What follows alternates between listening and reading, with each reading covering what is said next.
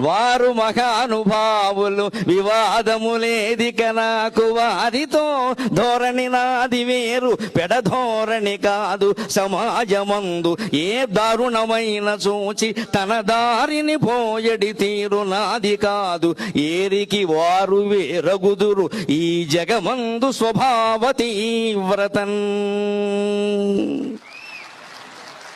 విశ్వామిత్రుడు వశిష్ఠుడు ఇద్దరు మహర్షులే, ఇద్దరు బ్రహ్మర్షులే.